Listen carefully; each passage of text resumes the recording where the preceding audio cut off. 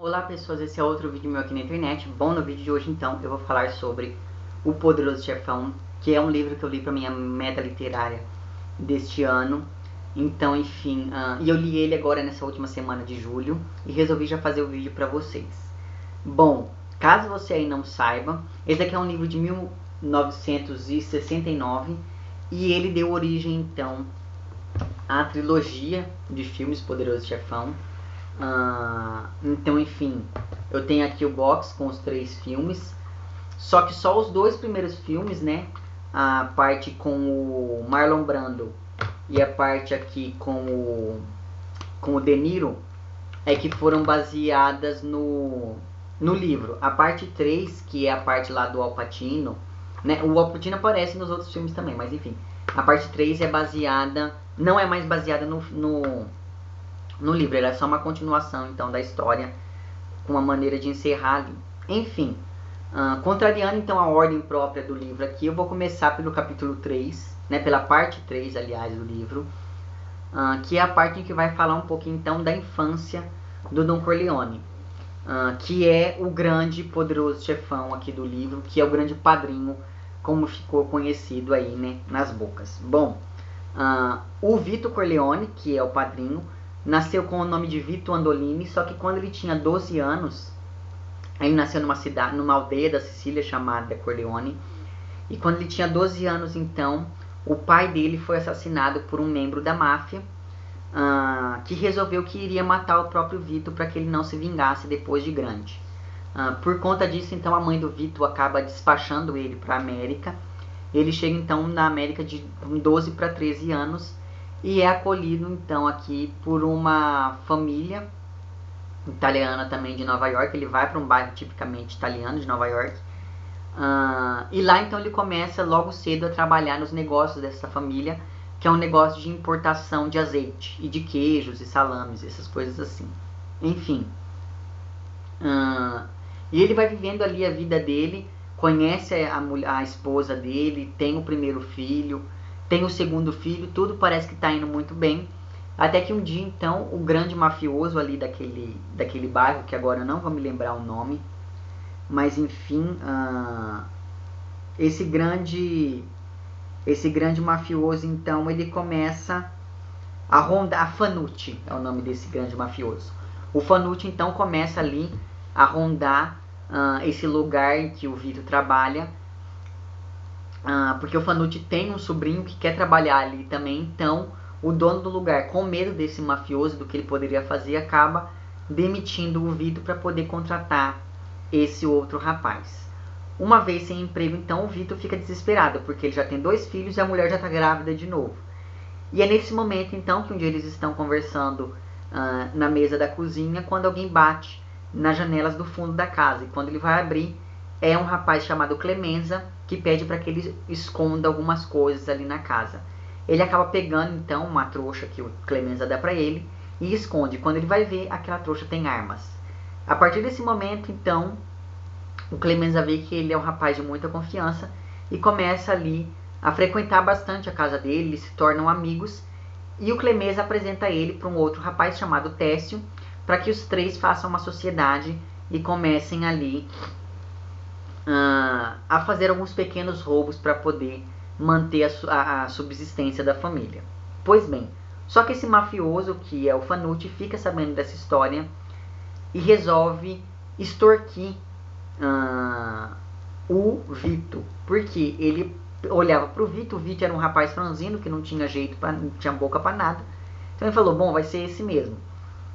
E começa a extorquir o Vito ali, só que o Vito começa a se sentir incomodado com aquilo e dá um jeito e consegue matar esse Fanucci. Eu não vou falar o que ele faz, mas enfim, é uma coisa muito engenhosa da parte dele. Bom, a partir do momento então em que ele mata esse Fanucci, ele ganha o respeito de todo mundo da vila, do bairro ali em que ele mora, e as pessoas passam então a pedir favores para ele, a fazer favores para ele também, e assim ele vai começando a ter a sua esfera de influência cada vez sendo aumentada mais e mais. Inclusive ele começa ali a fazer amizade com tanta gente que os próprios políticos começam a andar com ele para que as pessoas votem neles. Olha, ele é amigo do Vito, então vamos votar nele, coisas assim. E ele ajuda as pessoas, ele só pede duas coisas em trocas. A primeira é o reconhecimento da amizade, chamando o Vito de padrinho. E a segunda coisa uma das frases que ele diz aqui é que pode ser que esse dia nunca chegue, mas se um dia eu precisar da sua ajuda, é bom você me ajudar.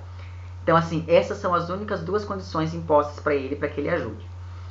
Esse livro aqui, e consequentemente o filme, criou uns bordões mais famosos, como por exemplo, se você fosse meu amigo e tivesse inimigos, esses homens seriam meus inimigos e temeriam você. Então, assim, o momento em que ele fala isso é um momento de muita tensão ali e tal. Mas, enfim. E é assim, então, com essa grande sacada estratégica que o Vito consegue ali agregar poder e começa a formar uma das que seriam as maiores famílias de Nova York da década de 50, 60. Né? Família que eu quero dizer família de mafiosos mesmo, que é a família Corleone.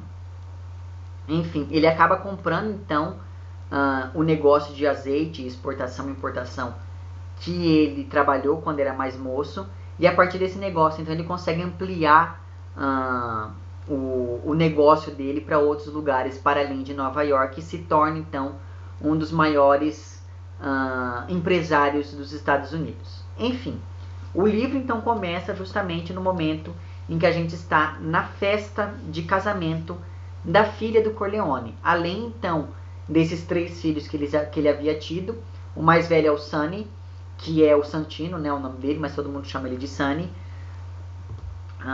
que por ser o mais velho então seria teoricamente o mais preparado para assumir os negócios da família, mas o Corleone não quer que isso aconteça porque o Sonny é muito explosivo. Então quando ele fica com raiva, ele para um pouco de pensar e é agido mais pelo instinto. O segundo mais velho então é o Fredo, que é um rapaz totalmente um zero à esquerda, digamos assim. Então ele não tem qualquer tipo de participação ali, não tem boca para nada, então, enfim. Tem o Michael, que apesar do gênio dele e da inteligência dele, não quer fazer parte dos negócios da família. Inclusive ele chega a se alistar no exército na marinha, contra a vontade do pai, para poder lutar na Segunda Guerra. Além desses 3, então, tem a Connie, que na verdade se chama Constança, que é a moça que está casando aqui no começo do livro e no começo do filme também. E além desses 4, então, tem mais um rapaz que o Don Corleone adotou ali quando era criança, que é o Tom Hagen. O Tom Hagen, então, vira o advogado da família e o grande consigliere, que é um dos cargos de máxima importância, porque o consigliere, então, que é o conselheiro, que vai tomar conta dos negócios, digamos assim. Ele é a única pessoa abaixo do próprio Don Corleone. Enfim, a Constanza está se casando com um rapaz chamado Carlo Rigg, e logo no começo então a gente fica sabendo que o Carlo só está se casando por interesse. Ele só quer se casar para tomar parte do negócio da família e ficar rico ali a partir então desse casamento. E logo no segundo dia de casados então ele já começa a espancar a mulher, e isso vai ter uma consequência muito drástica dentro do livro. Eu não vou falar o que é, mas enfim, e dentro do filme também. Bom, e logo ali naquela primeira cena então a gente fica vendo que o Michael voltou da marinha, porque a guerra acabou de terminar, e ele tá ali na festa de casamento da irmã junto com a namorada, que é a Kay Adams. E ele então vai apresentando para Kay cada um dos personagens que vai entrando ali nesse quintal em que está acontecendo a festa. E é a partir desse momento então que o Mario Puzo vai apresentando a história dos personagens, porque o personagem entra, aí a Kay pergunta, quem é esse? Aí ele vai falando, esse é o fulano que fez isso, não sei o que. Aí a gente fica sabendo da história desse cara até ele ir conversar com o Don Corleone. Enfim. E um desses caras então é um grande artista de Hollywood, que é o Johnny Fontaine, que é um cantor, mas como ele está com problema de voz, ele resolveu investir mais na área de atuação. Só que ele teve uma briga com um dos grandes diretores de Nova York, de Hollywood, que não quer que ele faça mais carreira ali. E ele vai pedir então ajuda para o Don Corleone, para que o Corleone possa ajudá-lo ali nessa questão. E o Don Corleone vai e manda o próprio consigliere para poder resolver essa situação. E essa talvez seja a cena uma das cenas mais famosas do filme, que é a cena do recadinho da máfia. Por quê? O Tom então vai para casa desse grande diretor, desse grande cineasta, só que o cineasta recusa a proposta. E o Tom, enquanto ele está ali na casa dele, ele vê que o cineasta tem um cavalo muito valioso, que é o verdadeiro xodó dele. Aí o Tom fala, tá bom, você não vai aceitar minha proposta? Então tá, pode ficar tranquilo que eu não vou mais te incomodar, mas se eu fosse você eu pensava melhor.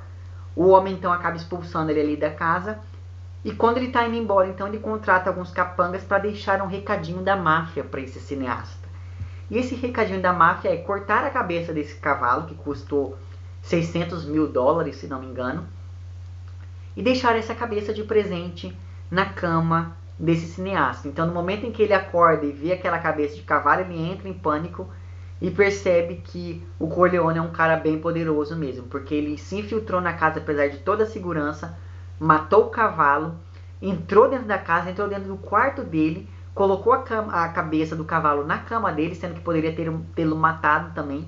Então, diante de tudo isso, ele resolve aceitar a proposta e o Corleone então resolve esse problema do Johnny Fontaine. Enfim, uma vez de volta para Nova York, o Tom Hagen vai marcar uma reunião com um cara chamado Soloso. Para essa reunião vão então, além do próprio Tom Hagen, o Don Corleone, o Soloso, claro, e o Sonny, que por ser o filho mais velho, ele está sendo treinado para substituir o pai ali nos negócios da família.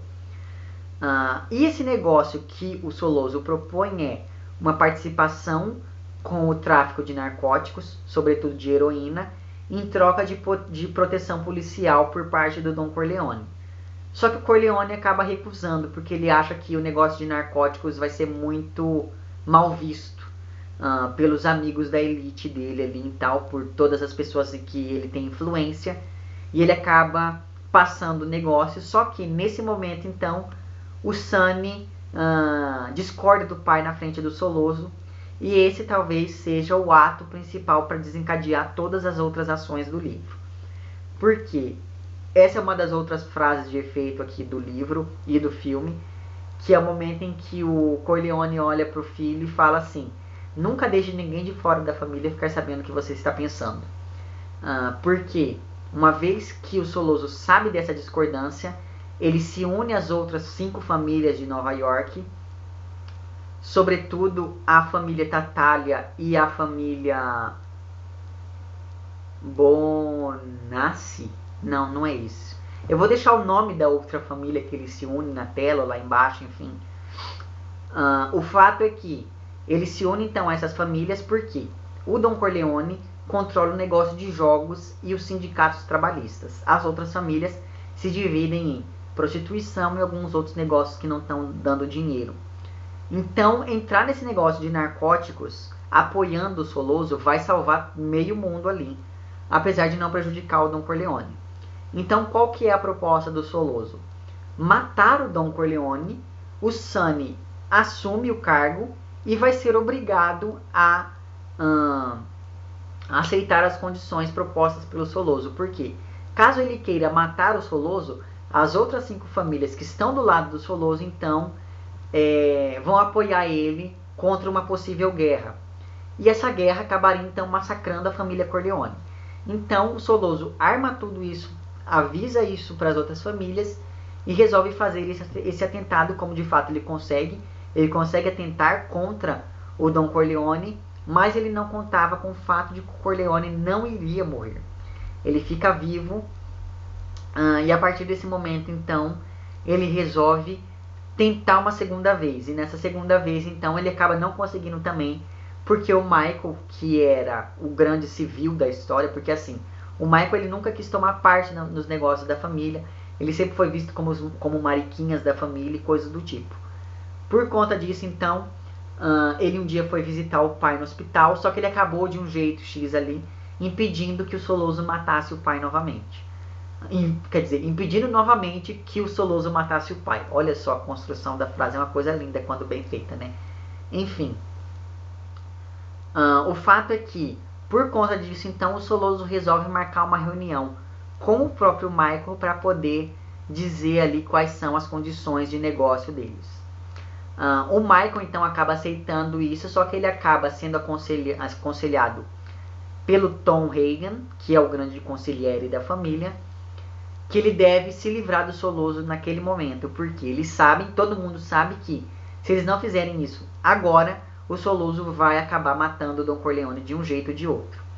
Enfim, o Michael consegue então finalmente matar o Soloso, só que nesse meio tempo ele acaba matando também um oficial da polícia, e nisso então estoura a grande guerra das máfias de Nova York de 1946. Porque as famílias caem matando então em cima dos Corleones. O Michael então, para fugir disso tudo, é mandado para Sicília, e esse é um dos momentos que eu mais gosto do livro, que é o momento então em que ele vai ficar ali nos campos da Sicília, escondido, e conhece então uma moça com quem ele se casa, que é a Polônia. Só que nesses 3 anos em que ele está ali na Sicília, alguém acaba descobrindo que ele está lá e acaba fazendo um atentado contra a vida dele, então ele tem que voltar para Nova York. E quando ele volta, então, ele fica sabendo que o Don Corleone, por conta das burrices que o Sonny fez, porque o Sonny, como eu disse para vocês, é uma pessoa muito impulsiva, então ele não raciocina direito. O Don Corleone, então, vendo tudo isso, ele acaba retomando o poder. Coisas acontecem para que ele faça isso, claro, enfim. E ele resolve, então, que a pessoa mais indicada para substituir ele é o Michael. Então, assim que o Michael volta da Sicília, ele substitui o pai que se aposenta. E o grande ato do Michael é para se estabelecer como o verdadeiro chefão da família, em substituição do pai que está aposentado, é justamente realizar todo um esquema para recuperar toda a honra perdida da família Corleone, porque a família durante a guerra perdeu a honra e o respeito que ela tinha pelas outras famílias, ou melhor, que as outras famílias tinham por ela, e perdeu grande parte do poder político. Então o Michael, junto com o Tom Hagen e com o próprio Don, resolvem ali armar todo um esquema para conseguir recuperar tudo isso e se restabelecer como a maior família de Nova York. E eles acabam fazendo isso, eu não vou dizer como é, mas assim, no livro, no último capítulo, assim, nos últimos 2 capítulos, acontece uma morte a cada página praticamente. E no filme, o Coppola fez uma coisa que eu gostei bastante, que foi assim: no momento então em que essas mortes estão acontecendo, um padre vai rezando. Então o padre está rezando ali e você vai vendo, alterna entre uma cena na igreja e uma cena de assassinato. E aí o padre perguntando para o Michael: você renuncia a Satanás e todas as suas ações? O Michael fala: renuncio. Aí aparece um capanga atirando em alguém. Aí o padre pergunta: você renuncia, não sei o que? Renuncio. Aí o capanga atirando em outra pessoa. Essa cena é uma das melhores cenas do filme. Assim, se fosse para eu escalar as melhores cenas, seriam a última cena. A última cena desse filme me deixa arrepiado.